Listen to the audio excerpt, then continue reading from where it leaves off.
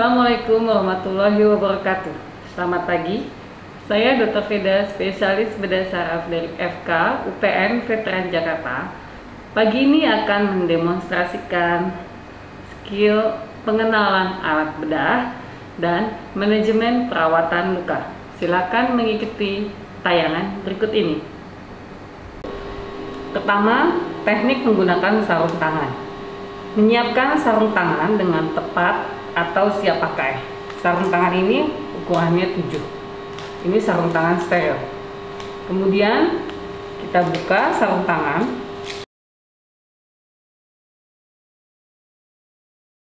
Dan menaruh di atas meja.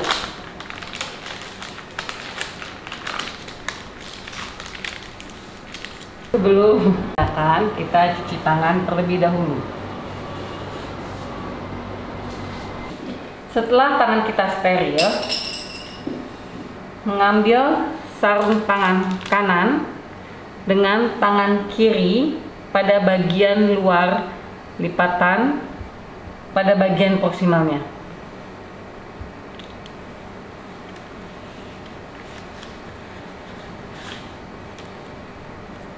Memasang sarung tangan tersebut pada tangan kanan tanpa menyentuh bagian luarnya.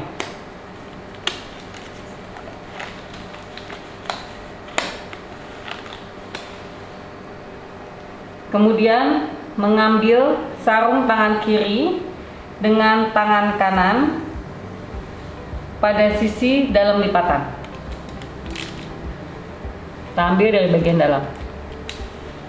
Kemudian memasukkan sarung tangan kiri tanpa tangan kanan menyentuh tangan kiri. Tangan kiri tidak boleh menyentuh bagian luar sarung tangan. Periksa semua peralatan yang dimiliki. Pastikan seluruh peralatan telah dalam keadaan steril dan tempatkan dalam meja steril. Buka mata pisau steril, minta perawat, dan tempatkan dalam daerah steril. Kenali nama dari tiap peralatan yang dimiliki dan kegunaannya. 1. Mengenal jarum. Bahannya terbuat dari baja tahan karat yang ditutup lapisan yang memudahkan jarum tersebut menembus jaringan.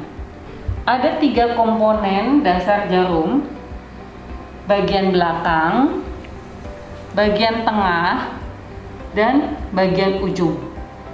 Bagian belakang yang berhubungan dengan benang ada yang tidak berlubang, jenis atraumatik, dan ada yang berlubang, jenis Mayo, jenis French. Tubuh jarum dapat membentuk lurus atau lengkung dengan berbagai ukuran, diameter, serta bentuk penampang.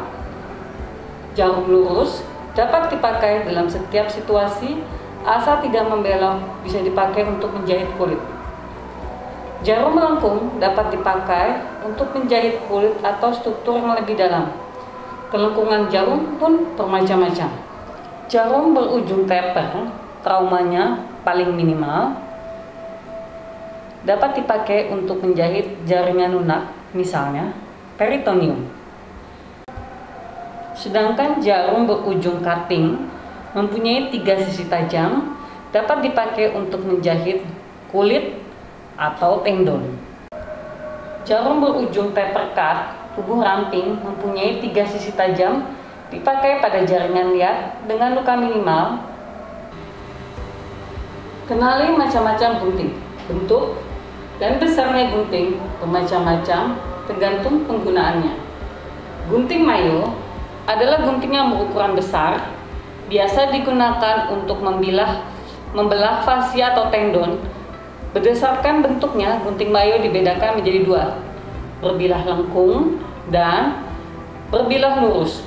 Gunting Menchenbaum adalah gunting yang berukuran halus untuk melakukan diseksi jaringan. Besar bilahnya juga dibedakan bilah lengkung dan bilah lurus. Kedua jenis gunting di atas, kedua ujung atau salah satunya tumpul. Gunting runcing. Gunting runcing kedua ujungnya runcing untuk melakukan diseksi secara cermat, dan berdasarkan bilahnya juga dibedakan menjadi bilah lengkung dan bilah lurus, gunting balutan dan gunting benang. Bentuk gunting biasanya khusus, bilahnya tebal dan ujungnya tumpul. Gunting jaringan tidak boleh dipakai untuk menggunting kasa dan benang serta balutan. Cara memegang gunting: masukkan ibu jari dan jari manis ke dalam lubang gunting. Apabila dipegang dengan tangan kanan, maka jari-jarinya tidak boleh masuk lebih daripada sendi distal. Apabila dipegang dengan tangan kiri, maka harus dimasukkan lebih jauh dari sendi distal karena gerakan menekan dilakukan oleh ibu jari. Menggunting paling baik dilakukan pada bagian ujung gunting sehingga tidak akan melukai struktur di sekitarnya. Kenali macam dan jenis-jenis klem arteri atau hemostatik arteri forceps. Cara memegang klem: pegang klem sama dengan cara memegang gunting. Posisi aman dengan mengunci bagian yang bergerigi agar tidak bergerak.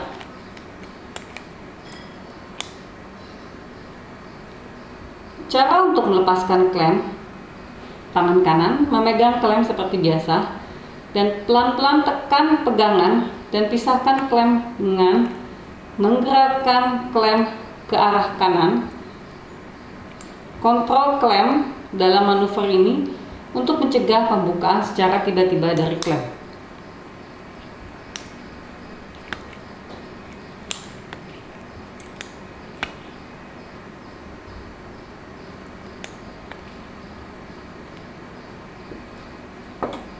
Tempatkan di atas wadah menggunakan ujungnya. Macam-macam klem dan jenisnya. Klem penggenggam dirancang untuk menggenggam kulit dengan kuat agar dapat ditarik. Biasanya, ia mempunyai pengunci yang dirangsang sedemikian rupa hingga akan berfungsi bila mendapat tekanan seperti tekanan yang diberikan pada saat menggunting. Seperti gunting, pada dasarnya ia adalah instrumen yang dirancang untuk digunakan dengan tangan kanan. Klem alis mempunyai bilah yang lentur dengan gigi halus di ujungnya sehingga kekuatan genggamnya terbatas. Dipakai untuk memegang fascia dan jaringan yang akan dibiopsi. Klem Kocher sangat kuat dan mempunyai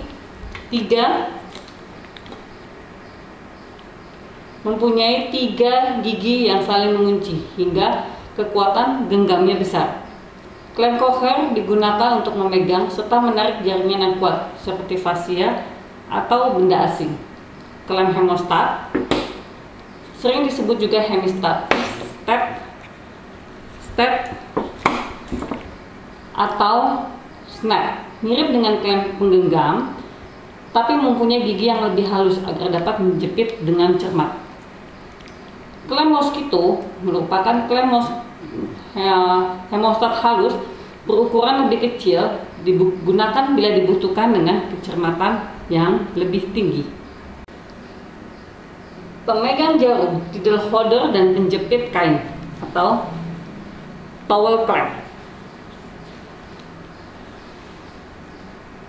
merupakan modifikasi dari klem penggenggam, mempunyai bilah yang kokoh, pendek, dan lebar agar dapat menjepit dengan kuat. Cara memegang: pegang alat ini dengan cara yang sama seperti memegang gunting. Jarum dijepit pada jarak setengah atau 3/4 panjang dengan ujung menghadap ke arah kiri bila dipegang di tangan kanan. Sedemikian rupa sehingga gerakan pronasi akan mendorong jarum masuk ke jaringan. Coba latihan mengikat dengan pemegang jarum. Towel clamps dipakai untuk menjepit kain steril sekeliling lapangan operasi.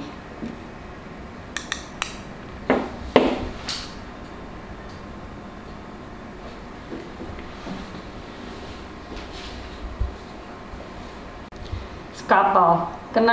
Kenali beberapa tipe skapel sesuai nomor dengan menyesuaikan pada ukuran gagang. Umumnya dipakai gagang nomor 3 dengan bilah nomor 10, 11 atau 15. Cara memasukkan pisau ke dalam skapel menggunakan needle holder.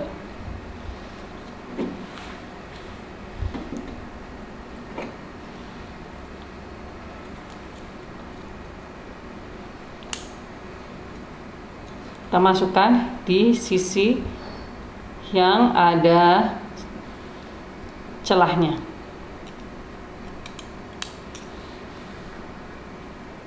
Selesai. Kemudian kita melepaskannya dengan cara menjepit sehingga lepas. Untuk hasil terbaik, pegang skapel seperti memegang ballpoint dengan menempatkan jari kelingking pada fulcrum.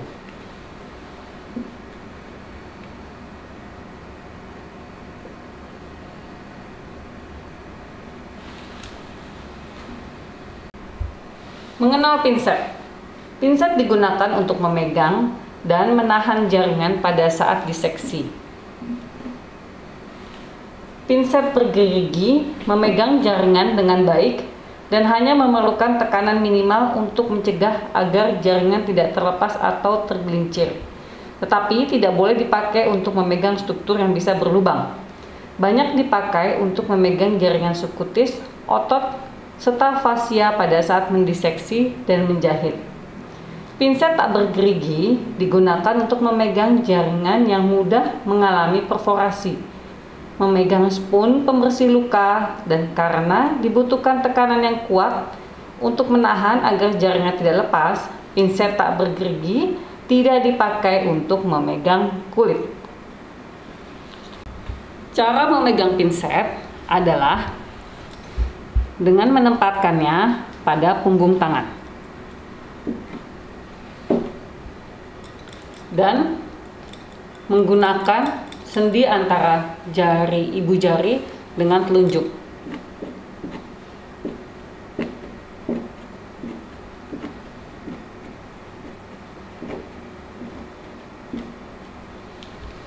Setelah kita selesai mengenai instrumen, kita masuk ke manajemen perawatan luka. Silakan melihat tayangan video berikut ini. Skenario, seorang pria 50 tahun datang dengan luka di tangan sejak 3 hari yang lalu. Selamat pagi, Pak. Selamat pagi. Saya Dr. Veda yang bertugas di Poli pagi ini. Benar Pak Matamin ya, usia 56 tahun? Iya benar. Tinggal di Bojongkoneng? Iya. Oh, kenapa nih Pak tangannya? Sangkut pagar dok. Oke, nanti saya akan lihat luka Bapak, saya pegang-pegang, kemudian saya cek dulu, habis itu saya bersihkan. Agak sedikit nyeri sih Pak pada saat ngebersihinnya. Gimana Pak? Oke, kalau Bapak setuju, nanti Bapak ke meja periksa ya Pak ya. Alat yang diperlukan, 1. Pinset anatomis, gunting, plester, kapas sublimar, bak instrumen, handscoon, bengkok, waskom berisi larutan klorin, kasa steril, troli, tempat tidur, perlak, dan larutan NaCl 0,9%. Dokter memastikan pasien dalam posisi nyaman, pasang perlak dan pengalasnya di bawah daerah yang akan dilakukan perawatan. Kaji luka, tekan daerah sekitar luka, lihat sudah kering atau basah.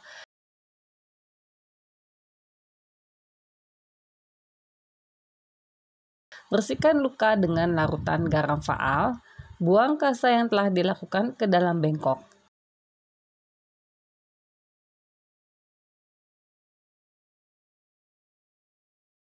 Keringkan luka dengan menggunakan kasa yang baru.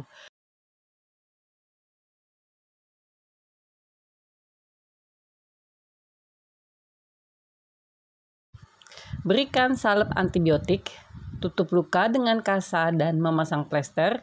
Dokter mengatakan kepada pasien bahwa tindakan rawat luka sudah selesai. Dokter mempersilahkan pasien kembali ke meja konsultasi. Kemudian dokter melepas sarung tangan, masukkan ke dalam waskom berisi larutan klorin 0,5% selama 10 menit. Dokter mencuci tangan dengan sabun dan air mengalir, keringkan dengan handuk. Dokter mendokumentasikan tindakan yang telah dilakukan berupa tanggal perawatan, tindakan, nama dokter, dan paraf dokter. Sekian demonstrasi skill pengenalan alat bedah dan perawatan luka. Yang perlu diingat adalah melakukan identifikasi luka, sehingga kita bisa menentukan apa yang akan digunakan dalam perawatan luka seorang pasien. Sekian demonstrasi video ini. Salam bela negara, dokter untuk bangsa. Wassalamualaikum warahmatullahi wabarakatuh.